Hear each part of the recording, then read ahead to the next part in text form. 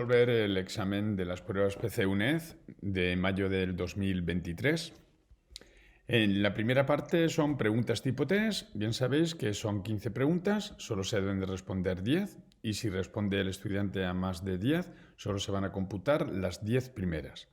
Vayamos con la primera de ellas. Según Parménides hay tres opciones, el ser es y el no ser no es, el ser depende del tiempo y del espacio o ninguna de las anteriores. Bien sabéis el principio de identidad de Parménides, que el ser es y el no ser no es. Segunda pregunta. Según los sofistas, ¿las leyes humanas son reveladas por los dioses, son el paso del mito al logos o son relativas y convencionales? Lógicamente estamos hablando de los sofistas y por tanto las leyes humanas son, la C, relativas y convencionales. Vayamos por la tercera. Aunque ser se dice de muchas maneras, Aristóteles emplea el término ser fundamentalmente como sustancia, idea o abstracción.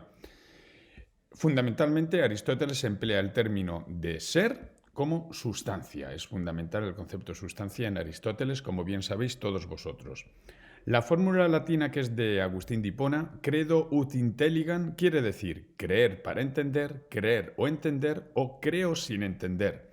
Bueno, pues credo ut intelligam significa creer para entender. Por tanto, la respuesta correcta es la A.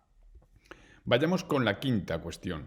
¿Qué filósofo griego influyó notablemente en Tomás de Aquino? Bueno, pues el filósofo griego que influyó, que tuvo notable influencia en Tomás de Aquino es Aristóteles. Aristóteles sería la respuesta correcta, igual como en San Agustín influyó Plotino, por tanto Platón. Sexta cuestión. ¿Qué significa la expresión kantiana cogito ergo sum? Pienso, luego existo, pienso para ser, ninguna de las anteriores. Tiene que ser la C, ninguna de las anteriores, porque esta alocución latina, cogito ergo sum, es de René Descartes y no es de Kant. Por tanto, la respuesta correcta es la C. ¿En qué siglo escribió Descartes su método del discurso? ¿En el 16, en el 17 o ninguna de las anteriores? Bueno, René Descartes no escribió el método del discurso, sino el discurso del método. Por tanto, ninguna de las anteriores. La tesis fundamental del empirismo cartesiano afirma que el conocimiento procede de la experiencia, solo a través del yo puede deducirse la verdad o ninguna de las anteriores. Tiene que ser la respuesta correcta la C porque no hay empirismo cartesiano. René Descartes es racionalista y no es empirista. Por tanto, la respuesta correcta es la C. Según David Hume, la idea de causa no procede de ninguna impresión y no es más que un mecanismo de la mente del sujeto, procede de una impresión que sucede a otra impresión o ninguna de las anteriores. Bueno, la respuesta correcta es la A, porque efectivamente la idea de causa no procede de ninguna impresión y es una forma de organizar o de asociar justamente nuestra mente las diferentes ideas que tenemos dentro. Por tanto, la respuesta correcta es la A. Vayamos con la décima cuestión. ¿En qué consiste el giro copernicano empirista? Fijaos que dice giro copernicano empirista. Bueno, si lo tomamos y lo asumimos diciendo que hay una nueva interpretación del empirismo, el concepto giro copernicano tendría que ser la A, la importancia del sujeto para el conocimiento. Propiamente, si la interpretamos como giro copernicano de Immanuel Kant, que es trascendente, tendría que ser la C. Yo me decantaría por la C porque el giro copernicano siempre hace referencia al idealismo trascendental de Immanuel Kant. 11. La filosofía de Marx surge como desarrollo de Hegel, socialismo utópico o anarquismo. Bueno, surge justamente como el desarrollo de Hegel. De hecho, se le enmarca dentro de la izquierda hegeliana, la interpretación de esta dialéctica de Hegel. Según Marx, el opio del pueblo es la religión, el poder o la ambición. Bueno, pues el opio del pueblo es la religión. 13. ¿Qué quiere decir Nietzsche con la frase yo soy yo y mi circunstancia? Que yo soy mi voluntad de poder, que el yo se constituye en su realidad circundante o ninguna de las anteriores. Tiene que ser la C porque esta frase es de José Ortega y Gasset y no es de Nietzsche. 14. Ortega y Gasset sostiene la teoría de el perspectivismo, el objetivismo o ninguna de las anteriores. Lógicamente, Ortega y Gasset es máximo representante del racio-vitalismo y sostiene la teoría, si tenemos que ponernos entre el perspectivismo y el objetivismo lo rechazó, es una primera etapa suya, pero si hablamos de teoría, afirma la teoría en el ámbito del conocimiento del perspectivismo. Por tanto, tenemos la respuesta A. Y la última. Nietzsche afirma que el espíritu humano se puede transformar en camello, león y niño, camello, niño y águila o ninguna de las anteriores. Estamos hablando de la metamorfosis del espíritu en la filosofía del sí o en la filosofía Zaratustra y por tanto esa triple transformación es justamente la A. Primero en camello, después león y después niño. Del examen, comentario de texto. Como siempre, ofrecen dos fragmentos, dos opciones. En este caso, la opción A ha sido de Platón y la opción B es de José Ortega y Gasset. Vamos a leer el texto y resolver la primera cuestión, que vale 2 puntos. Examina ahora el caso de una liberación de sus cadenas y de una curación de su ignorancia. ¿Qué pasaría si naturalmente les ocurriese eso? Que uno de ellos fuera liberado y forzado a levantarse de repente, volver el cuello y marchar mirando a la luz. Y al hacer esto sufriera y a causa del encandilamiento fuera incapaz de percibir aquellas cosas cuyas sombras había visto antes. ¿Qué piensas que respondería si se le dijese que lo que había visto antes eran fruslerías y que ahora en cambio está más próximo a lo real, vuelto hacia cosas más reales y que mira correctamente? Y si se le mostrara cada uno de los objetos que pasan del otro lado del tabique y se le obligara a contestar preguntas sobre lo que son, ¿no piensas que se sentiría en dificultades y que considerará que las cosas que antes veía eran más verdaderas que las que se le muestran ahora? Platón, La República, libro séptimo. Bueno, la escena que nos presenta Platón en este fragmento es justamente el momento de la liberación de las cadenas de uno de los prisioneros. Entonces, a partir de ahí nos narra metafóricamente la secuencia de lo que supondría esta liberación de las cadenas. Pues imaginad, lógicamente, una persona que ha estado desde su nacimiento mirando sombras cree que las sombras es la verdadera realidad. Y él dice, si le liberaran pudiera dar la vuelta, diríamos, se pudiera dar la vuelta y viera que hay objetos reales que son la causa por la cual tenía sombras, pues lógicamente por lo menos entraría en shock. Esta es la escena. ¿Qué nos quiere representar o simbolizar? Bueno, el comienzo de todo el proceso de ascenso hacia justamente el conocimiento pleno del ser de las cosas. Es decir, nos está narrando el comienzo del proceso educativo. ¿Con vistas a qué? Con vistas justamente a liberarte de los convencionalismos, del subjetivismo y del relativismo y empezar a tener conocimiento pleno del ser de las cosas de carácter universal y objetivo. Por tanto, lo tenemos que enmarcar la temática de este texto justamente en la liberación de esas cadenas de la ignorancia para llegar al conocimiento pleno del ser de las cosas. Esto es lo que expongo contextualizando antes de exponer la idea principal que nos propone Platón en el fragmento. Bien, sabéis que Platón es un autor del siglo IV a.C. y presenta una propuesta filosófica para justificar un modelo ideal que es el gobierno de la aristocracia meritocrática o gobierno de filósofos, que lo tenéis aquí expuesto. De hecho, este fragmento es del capítulo primero del libro séptimo de la República, en donde representa con mucha claridad el comienzo del proceso educativo que ha de realizar aquel que está llamado por naturaleza a ser cabeza de la polis. Vamos, en esta ocasión, por tanto, la tesis principal que presenta afirma que son las mejores naturalezas las seleccionadas para emprender el camino del conocimiento hacia la verdad plena, es decir, un camino arduo y costoso que conduce hacia el ser mismo de las cosas que son las ideas, pero son las mejores naturalezas. De ahí que haya liberado a un prisionero de todos los que habían, solamente a uno, representando que las mejores naturalezas están llamadas al pleno conocimiento del ser de las cosas para luego justamente iluminar con la claridad de las ideas a la polis que vive en sombras y en penumbras. Vamos a ver, por tanto, con detenimiento las razones que expone el autor para defender esta idea principal o esta tesis. Esta idea principal la desarrolla en el texto describiendo con detalle la hipótesis de lo que supondría que uno de los prisioneros, simbolizando la esclavitud inconsciente de la ignorancia en la que vivía, fuera liberado de dicha situación. Todo el fragmento narra el proceso de conversión, de reestructuración anímica y vital que supondrá poder mirar hacia otro lado más claro y, por tanto, más real. Pues bien, ocurriría lógicamente, afirma el autor, en primer lugar, que vería directamente la causa de las sombras proyectadas en la pared, tomando conciencia ahora que eran solamente eso, sombras, ya que podía observar la causa real de dichas proyecciones. Pero no se queda en esa secuencia del autor, sino que narra que si el que lo ha liberado le preguntara que qué es más real, las sombras que creía que la eran antes o por el contrario los objetos que ahora está viendo. Sin dejar de responder, el prisionero liberado sigue haciendo preguntas para darse cuenta y plenamente abandonar el pobre conocimiento que tenía de las cosas, que el estado de ignorancia en el que se encontraba no era el que estaba llamado a conocer. Y es que Platón expone de forma muy gráfica la necesidad de ir alejándose progresivamente el ser humano de las apariencias de la verdad, para ir descubriendo progresivamente el verdadero ser de ésta. Aunque en la parte conclusiva resuelve que ante estas preguntas formuladas en torno al ser más verdadero de las cosas, obnubilado y confundido por tal novedad, no sería capaz de llegar a asentir en absoluto sobre la evidencia de lo que está aconteciendo.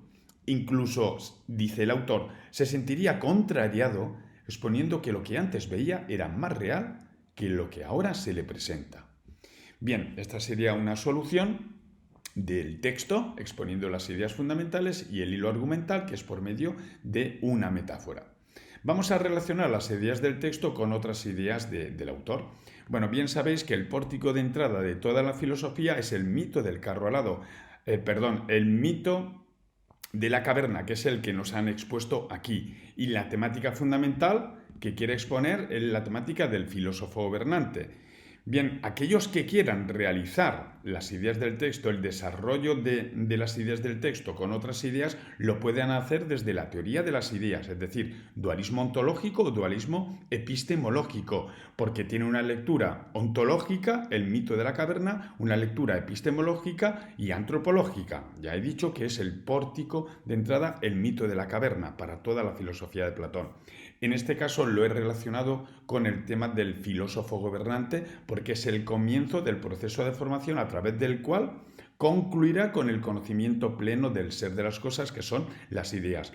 Digamos, saliendo de la caverna, viendo la realidad y después volviendo para iluminar, siendo gobernante, iluminar a la polis que sigue viviendo en la confusión y en la ignorancia. Vamos, por tanto, a desarrollar diríamos las ideas de esta segunda cuestión, que vale 3 puntos. Está marcado por la temática del filósofo gobernante, enmarcado concretamente en la liberación de las cadenas de la ignorancia de aquel que estaba sometido a tal estado de confusión. Está muy claro el tema que nos propone el filósofo, la necesidad de ser educado en el verdadero conocimiento de lo que es real y abandonar las apariencias, que es consecuencia de las costumbres, doctrinas y la educación que recibieron los ciudadanos atenienses, de la mano especialmente de los sofistas. Por este motivo es necesario profundizar en la propuesta de un gobierno cohesionado y justo, que no puede ser otro más que el del filósofo gobernante, como he dicho anteriormente, ya que es él el que ha sido educado en la contemplación del ser mismo de la realidad, que son las ideas, y por tanto el conocimiento en sí de lo justo, bello y bueno, que le capacitará para gobernar con justicia, con belleza y con bondad la polis entera. Hemos de afirmar en primer lugar que la defensa de un estado de gobierno dirigido por filósofos supone expresar una concepción tecnócrata del poder, es decir, especializados en el poder. Si nos paramos a pensar un poco en los argumentos que el propio autor expone en este libro, para conseguir la cohesión y justicia social es necesario que quien esté al frente tenga conocimientos, destrezas y habilidades adecuados para desempeñar dicho cargo. Si no fuera de esta forma, la polis inexorablemente sería conducida a la ruina y al descrédito, tal y como ocurría en la época de Platón. Esta insinuación que realiza del estado de malestar social Es una crítica explícita a la democracia y a los responsables de la educación de los ciudadanos, que son los sofistas. La democracia, como bien sabéis, tiene como base la voluntad de la mayoría en el cuidado, sostén y mantenimiento de lo público. Y ahí está, a los ojos del autor, el problema de este sistema de gobierno. No es necesario haber sido educado en este sistema de gobierno, en la justicia social, para discernir en todo momento lo que es mejor para la ciudad. Con tal de que obtengas una mayoría suficiente, es suficiente para ponerse al frente de la polis. Sin embargo, Platón considera que esto desembocaría en la ruina de la ciudad y generaría más injusticias sociales. Bueno, ¿y qué nos propone? ¿Cuál es la solución que propone Platón? Seleccionar para el gobierno solo a las mejores naturalezas a través de una selección natural. Se hará esa selección en base al tipo de alma que predomine en su vida. En este caso, en los que predomine ya desde pequeños la sabiduría y la prudencia frente a los deseos y apetitos, dice Platón, serán separados del resto para un largo y costoso camino de ascenso progresivo hacia las esencias de toda la realidad, hacia el conocimiento de las ideas. Camino que, como bien indica el texto, tras ser liberado de las cadenas empezará un proceso de conversión difícil, pero necesario para la plena armonía de uno mismo en vistas a qué? A la cohesión y la justicia de la polis. Claro está que Platón tiene en su mente las ideas de los pitagóricos que le transmitieron cuando los conoció allí en Siracusa, es decir, el concepto no solo dual del ser humano, sino también la idea de la reminiscencia. Esta teoría afirma que el alma del ser humano se unió a un cuerpo de forma accidental y como resultado de esa prisión, el conocimiento que poseía quedó como oscurecido, como olvidado. Es por esto que Platón se esfuerza en su itinerario en idear todo un sistema educativo basado en ir progresando desde lo concreto, particular, dinámico y material hasta lo abstracto, inmaterial, eterno y único. De esta manera, el alma irá despejando de su camino todo obstáculo puesto por el cuerpo en su camino y volverá a ver con claridad las esencias de todas las cosas. Ese itinerario comienza, tal y como lo expresa en el texto, aprendiendo a mirar el alma donde debe de mirar, que es el concepto de educación, hasta llegar al pleno conocimiento del ser mismo, que son las ideas, y dentro de estas, la más sublime y excelsa, que es la idea del bien.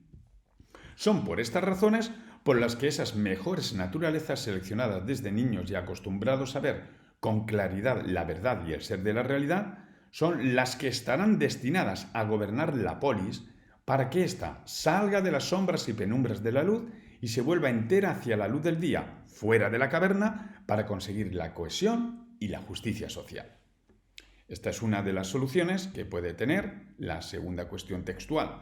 Vamos a hacer la última cuestión, que es relacionar y comparar el pensamiento del autor, en este caso de Platón, con otro filósofo. Lo he hecho con Aristóteles por su proximidad y porque tienen muchísimos puntos de choque y puntos de comparación.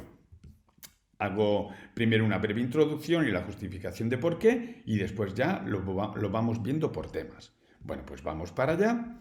En esta última cuestión, por tanto, voy a comparar semejanzas y diferencias que Platón y Aristóteles tienen, o bien dicho de otra manera, los puntos de choque en su pensamiento filosófico.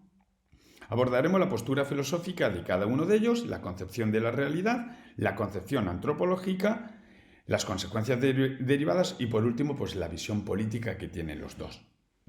Platón y Aristóteles, maestro y discípulo, poseen ciertas semejanzas, especialmente porque este último fue discípulo de Platón en la academia durante 20 años. Vamos a analizar, por tanto, esas diferencias, así como otros puntos que se asemejan o que se parecen. Vayamos con el primero de ellos, los dos modelos formativos o corrientes filosóficas.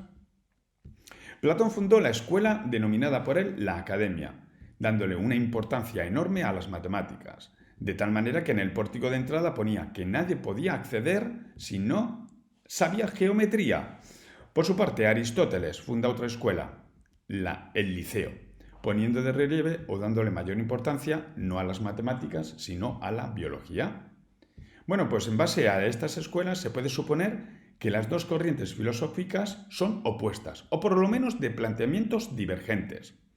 Podemos denominar la corriente filosófica de Platón como idealista, ya que considera que el verdadero ser de todo son las ideas, que no se encuentran en este mundo material físico cambiante, mudable y perecedero, sino en otra dimensión, la supersensible o inteligible, siendo causa del ser y del existir de todo. Entiende en este sentido por idea aquella realidad subsistente en sí misma, única, eterna e inmutable, separada de lo que nace y perece. Por su parte, Aristóteles le hace una crítica atroz a su maestro, afirmando que si algo queremos saber del ser de las cosas, de las esencias de las cosas, pues tendremos que buscar en las propias cosas y no duplicar mundos separándolas de ellas. Comparten en este sentido la búsqueda de las esencias, pero la diferencia es dónde se encuentra la esencia. En Platón, fuera de las cosas, en la región sensible, y para Aristóteles, en las propias cosas, dentro de las cosas, negando en este sentido el concepto de idea como entidades separadas de las cosas y con los rasgos de eterna, inmutables y únicas. Por ello, su filosofía se la puede denominar como realismo, la de Aristóteles. Vamos a ver la concepción antropológica que tiene Platón y la que tiene Aristóteles. Respecto a la concepción que tiene Platón del ser humano, afirma que es un compuesto de dos partes diferentes y unidas de manera provisional y accidentalmente, alma y cuerpo, enfatizando la función cognoscitiva del alma frente a la vital. Es más, afirma que dicha composición es tripartita, dos innobles y mortales que pertenecen al cuerpo, apetitiva e irascible, y una noble e inmortal, la racional. El ser humano, por tanto, para Platón es alma, principalmente, siendo el cuerpo un impedimento o estorbo o incluso cárcel para el alma. No compartirá esta concepción dual del ser humano su discípulo Díscolo, el rebelde, ¿no? el que fue en contra de su maestro. Para él es una unidad conjunta, inseparable, sustancialmente unida, cuerpo y alma, que explicará desde su teoría del hilemorfismo. Es más, cuando desaparece el cuerpo, desaparece el alma. Es decir, el individuo deja de ser individuo. Por ello, la concepción del alma tampoco será eterna, sino mortal como el cuerpo. Y toda la teoría de la transmigración del alma o metempsicosis de su maestro Platón también la va a negar como consecuencia. Y por último, la concepción que tienen los dos de la política. Debemos hacer también referencia a los últimos puntos de choque entre ambos autores en el ámbito político. Sin desarrollar mucho este ámbito, sí decir la concepción normativa que tenía Platón frente a la descriptiva de Aristóteles. Propone Platón un modelo ideal. Bien, sabéis que es la aristocracia meritocrática, siendo esta la última forma que tiene la polis de llegar al bien común. Sin embargo, para Aristóteles no hay un modelo ideal, sino que lo que hace es una descripción de las diferentes formas de gobierno de su tiempo y propone como criterio de buen gobierno el bien común. Si el interés es la estabilidad y la paz social, la forma es lo de menos, sea monarquía, aristocracia o democracia. Y cerramos esta cuestión con una conclusión. De tal manera que hemos observado en esta redacción cómo son dos concepciones distintas, viviendo ambos o compartiendo ambos espacios comunes de vida y pensamiento. Quizá los dos más grandes pensadores que ha dado la historia de la filosofía. La opción B, que es de José Ortega y Gasset, del libro que es Filosofía. En este sentido nos han puesto la razón histórica como tesis fundamental, hablando con el concepto de generación. Es un texto muy sencillito. Los que habéis estudiado el curso de Historia de la Filosofía, este es el último de los autores del temario. Bueno, vamos a leerlo en primer lugar y resolveremos las tres cuestiones. El vivir se hace siempre desde o sobre ciertos supuestos, que son como el suelo en que para vivir nos apoyamos o de que partimos. Y esto en todos los órdenes, en ciencia como en moral y política como en arte. Toda idea es pensada y todo cuadro es pintado desde ciertas suposiciones o convenciones tan básicas, tan de clavo pasado para el que pensó la idea o pintó el cuadro, que ni siquiera repara en ellas y por lo mismo no las introduce en su idea ni en su cuadro. No las hallamos allí puestas, sino precisamente supuestas y como dejadas a la espalda. Por eso a veces no entendemos una idea o un cuadro. Nos falta la palabra del enigma, la clave de la secreta convención. Y como repito, cada época, voy a precisar más, cada generación parte de supuestos más o menos distintos. Quiere decirse que el sistema de las verdades y el de los valores estéticos, morales, políticos, religiosos, tiene inexorablemente una dimensión histórica. Son relativos a una cierta cronología vital humana. Valen para ciertos hombres nada más. La verdad es histórica. ¿Cómo, no obstante, puede y tiene que pretender la verdad ser sobrehistórica sin relatividad absoluta? Es la gran cuestión. Muchos de ustedes saben ya que para mí el resolver dentro de lo posible esa cuestión constituye el tema de nuestro tiempo. Bueno, José Ortega y Gasset, ¿qué es filosofía? Como podéis observar, justamente esta verdad histórica que está expuesta aquí, la verdad histórica, está haciendo referencia justamente que no es una verdad única, eterna, inmutable, permanente, sino que se da siempre unas afirmaciones en base a unos supuestos previos que tenemos. Y como la vida es justamente devenir, al ser cambiante, necesariamente es una verdad, aquello que decimos de la realidad tiene que ser histórica, y todo ello lo vemos ejemplificado con los valores estéticos, morales, políticos y religiosos, del mismo modo que todos los órdenes, tal y como nos dice en el texto, en la ciencia, como en moral, como en política, en todo. ¿De acuerdo? Bueno, pues vamos a resolverlo, que es muy sencillo, tal y como he dicho. La primera cuestión resume la idea o ideas principales del texto, que son 2 puntos. Se propone en esta segunda opción al filósofo madrileño José Ortega y Gasset, concretamente en su obra ¿Qué es la filosofía? Bien sabemos que es un pensador de la edad contemporánea y que representa la corriente filosófica denominada racio-vitalismo. La tesis que defiende Ortega en este fragmento afirma que la vida nos viene dada bajo ciertos supuestos y es desde estos, lo que él llama sistema de vigencias, sobre los que construimos nuestra existencia. Vamos a ver con detenimiento, por tanto, las razones que expone para justificar esta idea principal o esta tesis que hemos expuesto. Empieza el autor a ejemplificar especificando en qué orden se dan dichos supuestos y a qué esferas de la vida afecta. Podemos observar que él mismo afirma que afectan a todos los órdenes de la vida, moral, política, estética, religiosa. Por este motivo, la vida no nos es dada de forma abstracta o estática, sino enclavada, enmarcada en el contexto de unas ideas que suponemos como base de nuestras creencias. Por este motivo, Ortega realiza una comparación entre la idea que es pensada con un cuadro que es pintado. Ambos se hacen desde ciertos supuestos y cada generación tiene diferentes, formando valores y sistema de creencias, de tal manera que si no entendemos esos supuestos no podemos entender esa idea ni podemos entender ese cuadro. Desde aquí deduce que no puede haber una sola verdad, un solo enfoque válido, porque todas las ideas y creencias parten de la base del momento histórico en el que se vive. La verdad, por tanto, no es absoluta, como creían los idealistas, sino histórica. Concluye el texto con la gran pregunta que aborda en un libro y que hace mención explícita aquí. Si la verdad es histórica, inmersa en las circunstancias de las que emanan un sistema de valores y creencias, pues habrá que valorar la realidad desde esa perspectiva. Y nunca esta podrá valorarse como estática, sino como lo que es, dinámica y cambiante. Esta es la cuestión que tiene, diríamos que tiene, y que constituye pues, el tema de nuestro tiempo. Así acaba el texto. Vamos, por tanto, a relacionar las ideas que dice esa razón histórica, ese concepto de generaciones, ese concepto de una verdad dinámica, una verdad no estable, con otras ideas que tiene de planteamiento José Ortega y Gasset. Bien, partimos del concepto de realidad radical para el hombre que tiene Ortega, que es la vida, y que no es una vida simplemente vegetativa ni sensitiva o de carácter orgánico. La vida va más allá de esos conceptos biológicos y enlaza con la historia, por tanto se diferencia mucho de Nietzsche. Precisamente porque el hombre tiene historia, es por lo que no se le puede aplicar el mero concepto biológico de vida. Y su realidad radical está también en lo que los hombres que lo han precedido le han transmitido, tal y como se ha leído en el texto. Bueno, ahora bien, a cada generación sus predecesores le han transmitido una considerable hacienda compuesta de infinidad de ideas y de creencias, de modo que el hombre de cada época no parte de cero, sino que se encuentra con un legado por sus antecesores que han sido dados. Esta convicción es la que va a permitir a Ortega definir al hombre como heredero, porque somos herederos de creencias que se han ido acumulando durante muchos miles de años, y por este motivo se hace imprescindible alcanzar la conciencia histórica y perfeccionarla, ampliarla.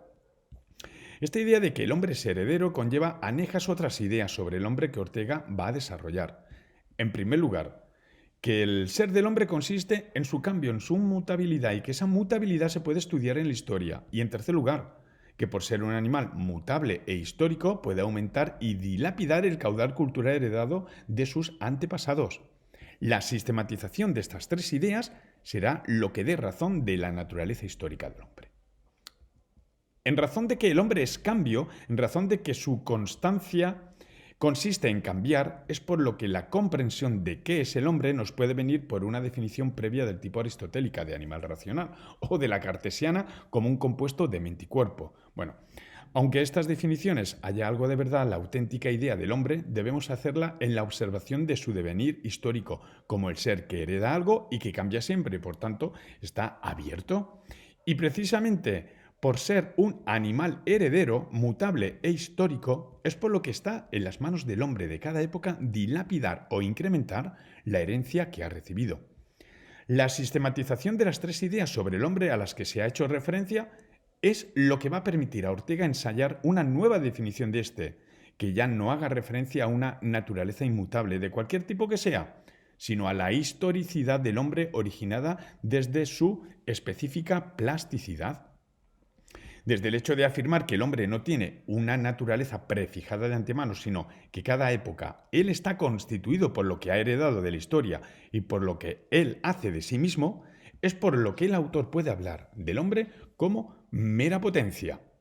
El recurso al término de Aristóteles potencia es muy acertado para expresar esta idea de plasticidad, porque este ser que nace, como un animal sin ninguna marca definitiva, tiene en sus manos llegar a ser infinidad de cosas. Pura potencialidad, acordaos que el ser humano no es un ser cerrado, sino un ser histórico, un ser abierto a muchas posibilidades, por eso es decisión. Por ser el hombre mera potencialidad indeterminada, en él el paso de la potencia al acto no tiene un único sentido, sino que puede tener muchísimos. El hombre puede ser muchos actos. Por radical la naturaleza del hombre, precisamente en no tener ninguna, sino en ser un animal heredero de la historia, plástico y con capacidad de hacerse a sí mismo, hay que entenderlo como el fruto de la relación entre el pasado y el futuro.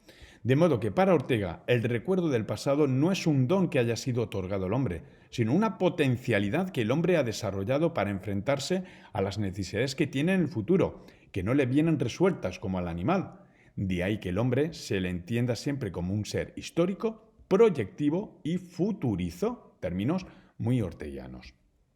Vamos a relacionar, la última cuestión, que vale 3 puntos también, vamos a relacionar el pensamiento de José Ortega y Gasset, en este caso, con el pensamiento de Descartes. Podría ser con Nietzsche, pero en este caso lo vamos a hacer con Descartes. Esta tercera, vamos al concepto de razón, esa razón vital, razón histórica, con el concepto que Descartes tiene de razón, esa razón pura matemática, ¿de acuerdo? Ese es el cogito ergo sum cartesiano. Descartes, que como bien sabemos es el máximo representante del racionalismo moderno del siglo XVII, defiende una razón que podríamos definir como pura, en tanto que es externa a la realidad y a todo acontecimiento histórico. ¿Os acordáis, no? Para él, la única existencia cierta es aquella que se percibe con certeza por medio de la razón.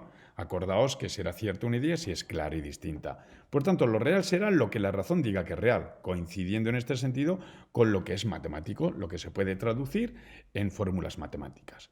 Lo real será universal, inmutable y necesario, algo ajeno a la historia y, por supuesto, al cambio y al devenir. Nada material y sensible que tenga vinculación con la vida, con lo biológico.